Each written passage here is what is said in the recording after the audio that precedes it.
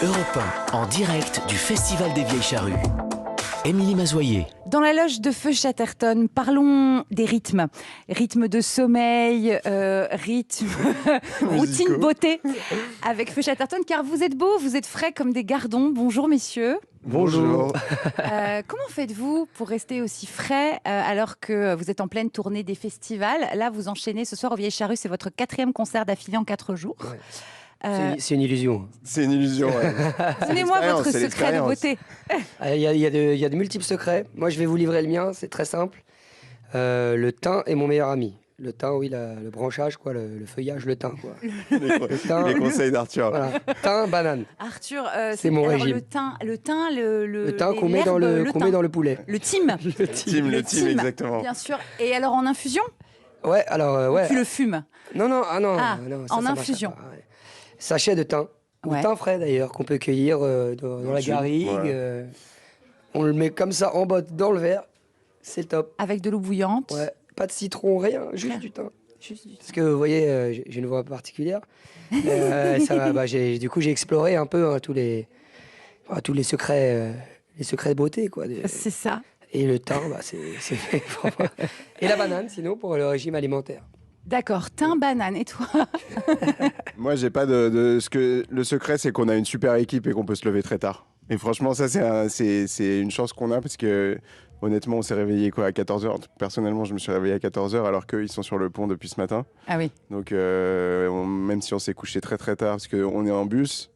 Et le bus, il y a un espace un peu comme une loge où on se retrouve tous les 15. Un peu la colonie des vacances. Voilà. Ah, vous êtes 15 en tout, la team Feu Chatterton sur la route, c'est 15 personnes? 15 personnes dans une loge comme ça, pendant des heures et des heures sur la route, entre Ouais. les Francopholies et les Vieilles Charrues. Et donc, en gros, c'est la teuf jusqu'à très tard. Surtout avec l'adrénaline, l'euphorie.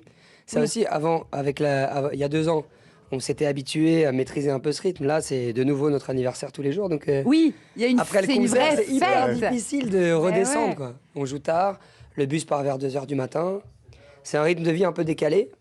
Et puisqu'on doit être, au top de notre énergie et à 20h, 21h ou 22h. Ah ouais. Voilà. Et en plus, bon, il y a cette énergie qui vient aussi du fait qu'on reprend là. Donc c'est que de la joie, que du plaisir, même de repartir avec toute l'équipe.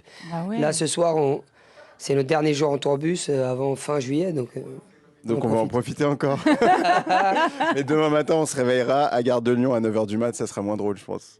Ah oui, c'est ça. Parce qu'alors, il y a un truc que vous avez peut-être oublié depuis 2 ans, c'est le retour Ouais, c'est de dur. tournée. Ça, on l'a oublié, C'est-à-dire ça. le premier matin où tu te fais toi ton café et où il n'y a pas quelqu'un qui te l'apporte gentiment parce que c'est son job que tu aies ton café chaud le matin.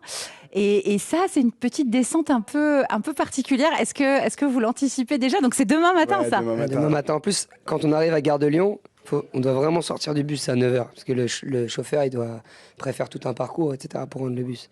Ça, c'est dur. C'est sur le parking des Gares de Lyon, il y a les gens qui vont au Non, boulot. mais ouais, Et après, tout le monde s'en fout. Faut que tu te débrouilles, ta valise, ton Ouais, taxi, c'est c'est fini. fini. Tu sors du monde un peu irréel, Enchanté. enchanté de la tournée, En même où temps, c'est vrai que des gens s'occupent de toi, t'es choyé, tu peux faire tes grasses mat tranquilles, t'as pas ta famille, tes gamins quand on a et tout.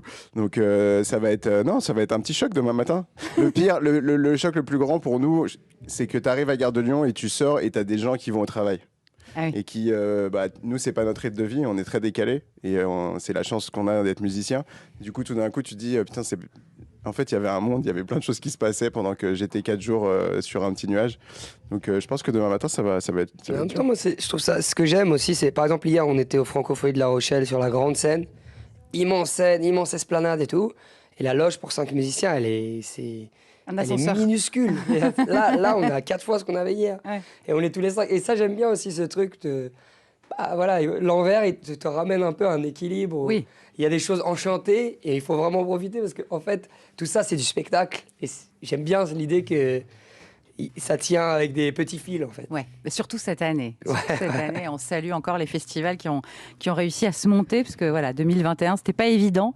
Et le public, alors, est-ce que vous pensez qu'il partage cette urgence et cet esprit justement de fête dont vous parliez? Évidemment, les musiciens le ressentent parce qu'ils avaient très envie de remonter sur scène. Est-ce que vous sentez aussi de la part du public qu'ils sont encore plus enthousiastes que d'habitude, qu'ils applaudissent encore plus fort et que quand vous faites une blagounette, ils rigolent encore plus fort? Est-ce que vous sentez ça aussi? On sent une grande générosité. C'est pas forcément dans les réactions, comment dire, il n'y a pas de surexpression. Pourquoi? Parce qu'en réalité, comme ça fait 2 ans qu'on n'a pas été là, tout le monde est un peu fébrile aussi. Ouais. Ah, est-ce qu'on peut danser? Est-ce qu'on s'aime encore? Ouais. Exactement. Aussi. Ouais. Mais la rencontre, elle est incroyable. Franchement, c'est au-delà de ce qu'on imaginait. Mais en fait, il y a vraiment deux. Là, tu vois, on a fait quand même pas mal de dates et il y a vraiment. T'as une partie du public qui va être un peu comme ce que tu décris, qui veut se lâcher, qui veut retrouver l'énergie de la liberté de faire des choses qui servent à rien, c'est-à-dire aller à un concert, juste kiffer, profiter. Ouais. Et t'en as d'autres qui sont au début dans la retenue. Tu sens qu'on a perdu. Enfin, il y a beaucoup de gens, dont nous aussi au début, on a perdu l'expérience d'être avec beaucoup de gens en même temps. Tu vois, d'être dans un lieu étrange, ça, entouré. Tu vois, tu as eu 1 an où tu étais qu'avec ta famille, dans des petits appartements ou des maisons. Et en fait, tu étais très isolé. Et tout d'un coup, tu te retrouves là, dans un parterre, en fosse. On voit qu'il y a des gens qui sont plus habitués à ça. Et c'est assez beau, tu vois, de voir que progressivement, ils retrouvent les habitudes, ils commencent à se prendre dans les bras, s'embrasser, tu vois. Mais je pense que ça va prendre du temps. On le sent, hein, que le public, il a du mal à faire le pas, de venir en festival, dans les Vieilles Charrues, tous les festivals ont du mal à remplir. Je pense il reste des places, ouais, alors que d'habitude, les Vieilles Charrues, ils vendent 400 000 billets en 4 minutes. Ouais. Et là, les gens hésitent un peu, savent pas. C'est ça on se sent assez fiers aussi de participer comme ça à cette aventure, parce que les artistes sont un peu dans leur bulle. Ouais. Et on discute là avec tous les directeurs de festivals, les programmateurs. On a joué à Albi, à Post Guitare aussi, à La Rochelle. Aujourd'hui, les Charrues, on a beaucoup parlé avec Jérôme, le directeur. Franchement, c'est héroïque ce qu'ils font. On est content d'en être. On est content de participer. Il y a des artistes qui ont fait le choix de ne pas en être parce que les conditions sont compliquées. On ne veut pas prendre le risque. Ben nous, on veut ça. Et le public qui vient, il est aussi... Ouais, c'est-à-dire que tout le monde n'ose pas encore venir. Il faut des passes sanitaires. Mais ceux qui sont là, eh ben, ils ont cette vraie envie de dire, voilà, il faut se battre pour certaines choses. Il faut les tenir. Et ouais, on en profite pour vraiment... je sais pas, remercier tous les bénévoles qui travaillent sur tous les festivals, tous les directeurs, les féliciter pour ce qu'ils ont fait cette année, parce que là, on est en train de le vivre, le festival. Mais il y a quelques mois, quand ils étaient contre vents et marées, à se dire, on le maintient ou pas, les mecs. En plus, il y a des trucs politiques. Enfin bref, c'est compliqué. Très compliqué. Ouais. Et ils l'ont fait, et c'est pas rien, parce que ça fait que plein de gens travaillent, plein de gens continuent à pouvoir exercer leur activité, et on avait tous besoin, quoi. Ouais.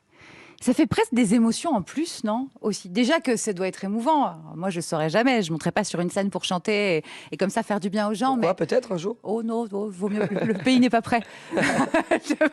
Non, vraiment. Mais déjà, c'est émouvant, j'imagine, d'être là juste pour faire kiffer les gens, les faire réagir, etc. Mais quand en plus, il y a ce côté que tu viens de décrire... ouais, ça fait beaucoup d'émotions, non? Vous vous laissez un peu bouffer par ça, parfois? Happé par ça? Ouais, mais avec joie. Oui, en fait, bien c'est sûr. Ça, en fait. On a envie de se laisser prendre par ça. Je pense que, d'une certaine manière, si on essaye de voir les choses positivement, cette grande crise, elle nous a changé. Nous, on avait un côté un peu rabat-joie, exigeant un peu. Là, franchement, quand on vient, on se dit, attends, il y a des milliers de personnes qui sont là pour nous applaudir. Franchement, c'est pas un truc normal. Il faut s'en souvenir. Ouais. Tu vois, quand tu fais petit à petit, tu fais des concerts et des concerts. Là, on a fait déjà une dizaine de concerts, on serait habitué hyper vite. Et maintenant, faut pas s'habituer. C'est incroyable de pouvoir vivre ça, faut pas s'habituer.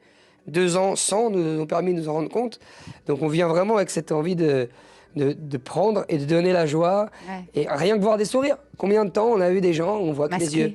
Tu vois un sourire, tu te rappelles qu'un sourire, c'est un truc de dingue, en fait. Un sourire, ça désarme tout, ça... Ouais, c'est extrêmement puissant, le sourire de l'autre. Ouais. C'est une connexion incroyable. Donc, c'est pas le monde d'avant, ou c'est pas retrouver le monde d'avant, c'est le monde nouveau. Ouais.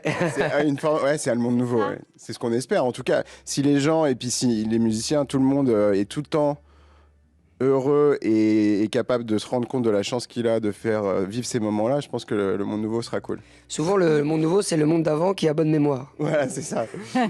mais ça part vite. C'est ça qui est fou. Le quotidien revient vite. On oublie ce qu'on a perdu très vite. Faut le noter. Faut l'avoir devant sur la table de chevet tous les matins. En disant, ah, ça, je l'avais plus pendant 2 ans. Ça, je l'avais perdu. Ça sert à ça, les paroles de chansons. Ouais. Ça, on s'en souvient. Ouais. Je vous remercie beaucoup et je vous souhaite un très très bon concert. Je rappelle que après cette tournée de festival et ces kilos de thym arrachés des garrigues, il y aura la tournée de rentrée de Feu Chatterton, octobre, novembre, décembre, janvier, février et mars. En gros, joli carnet de balles bien rempli. Vous jouez absolument partout en France, en Suisse et en Belgique et vous serez à l'Olympia à Paris le 29 novembre prochain. C'est déjà complet. Alors pour les Parisiens, prenez vos places pour le Zénith de Chatterton, 10 février 2022. À bientôt, messieurs. Merci, à bientôt. Merci.